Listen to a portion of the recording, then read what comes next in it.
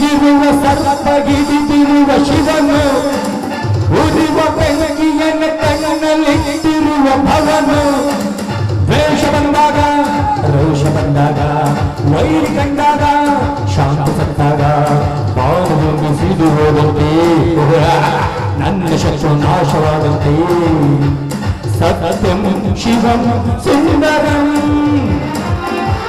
ಸತ್ಯಂ ಶಿವಂ ಸುಂದರಂ ಸತ್ಯಂ ಶಿವಂ ಸುಂದರಂ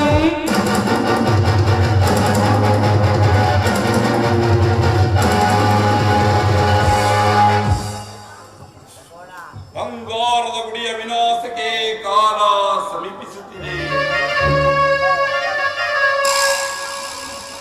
ನಾನು ಬಿತ್ತಿದ ಬಿಸ ಬೀಜ ಮೊಳಕೆ ಒಡೆದು ಫಲ ಕೊಡುವ ಸಮಯ ಬಂದಿದೆ.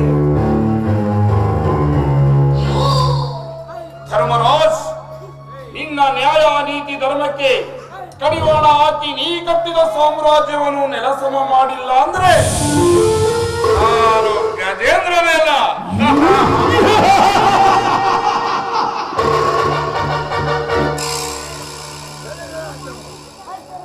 ಅಪ್ಪ ಅಮ್ಮ, ನಿಮ್ಮನ್ನು ಬಲಿ ತೆಗೆದುಕೊಂಡ ಒಡೆಯರ ಸಂಸಾರವನ್ನು ಬೀದಿ ಪಾಲು ಮಾಡಿ ನರಕದ ಬಾಗಿಲನ್ನು ಮುಟ್ಟಿಸಿ ಅವರ ರಾಜನೀತಿಗೆ ಒಂದು ಕಪ್ಪು ಚುಕ್ಕಿ ಇಡ್ತೀನಿ.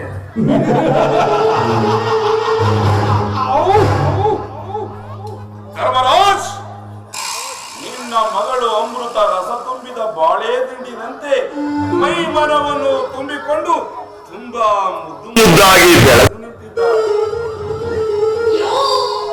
ಆ ಚಂದನದ ಗೊಂಬೆಯನ್ನು ನನ್ನ ತೋಳಬಂಧನಲ್ಲಿ ಬಂಧಿಸಿ ಮನಸ್ಸು ಇಚ್ಛೆಯಿಂದ ಅನುಭವಿಸಿ ಅವಳ ಶೀಲವನ್ನು ಹಾಳು ಮಾಡಿ ನರಕದ ಬಾಗಿಲನ್ನು ಮುಟ್ಟಿಸಿದ ಅಂದ್ರೆ ನಾನು ಗಜೇಂದ್ರನಲ್ಲ.